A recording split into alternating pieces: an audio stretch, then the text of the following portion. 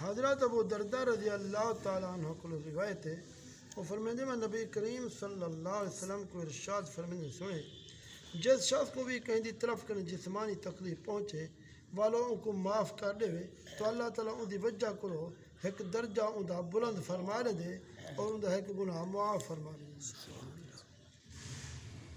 ترمذی شریف۔ حضرت جودان رضی اللہ تعالیٰ عنہ کی روایت ہے، اور نبی کریم صلی اللہ علیہ وسلم نے ارشاد فرمایا جڑا شخص اپنے مسلمان برادر کے سامنے عذر پیش کریں دے اور وہ ان کے عذر کو قبول نہیں کریں دا تو ان کو اجازہ گناہ تھی جن جا ناحق ٹیکس وصول کرنے والے دا گناہ ہو۔ ابن ماجہ۔ حضرت ابو ہریرہ رضی اللہ تعالیٰ عنہ روایت کریں دے نبی کریم صلی اللہ علیہ وسلم نے ارشاد فرمایا حضرت موسیٰ بن عمران علیہ السلام نے اللہ تعالیٰ دی برگاہ عرض کی تھی، اے میرے ربا تیرے بانے وچوں آپ دے نزدیک زیادہ عزت والا کون ہے؟ اللہ کریم نے ارشاد فرمائے او بندہ جو بدلات گھن سکتا ہا والا اپنے بھرا مسلمان کو معاف کر چھوڑے سے۔ حضرت عبداللہ بن عمر رضی اللہ تعالیٰ عنہما کی روایت ہے، ایک شخص سوئے نبی سے خدمہ حاضر تھے، عرض کی یا رسول اللہ میں اپنے خادم دی غلطی کو کتنی دفعہ معاف کردا رہا؟ سوئے نبی سے خاموش رہے، والو وہ عرض کیتے یا رسول اللہ میں اپنے خادم کو کتنی دفعہ معاف کراں؟ تو نبی سے ارشاد فرمائے روزانہ 70 دفعوں کو معاف کر دیتا کرو۔ ترمذی شریف۔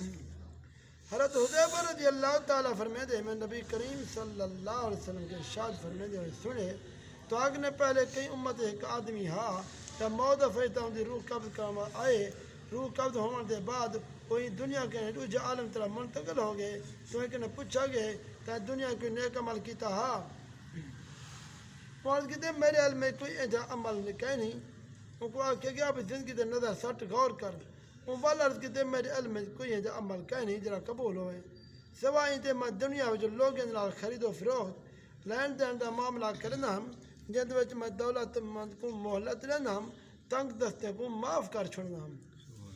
تو اللہ کریم نے ان شخص دے ان رویے کو دیکھتے ان کو جنت داخل فرما دیتے۔ حضرت قتادہ رضی اللہ تعالیٰ فرماتے میں نبی کریم صلی اللہ علیہ وسلم کو ارشاد فرماتے سنے جرا شخص یہ چاہتے اللہ تعالیٰ کو قیامت دی تکلیف کے بچاوے تو ان کو چاہیے ہے تنگ دست جنتے ان کا قرضہ ہوئے ان کو مہلت دیتا رہے یا وقت کچھ اپنا مطالبہ یا اپنا قرضہ کو معاف کر دے۔ دعا کرو اللہ اللہ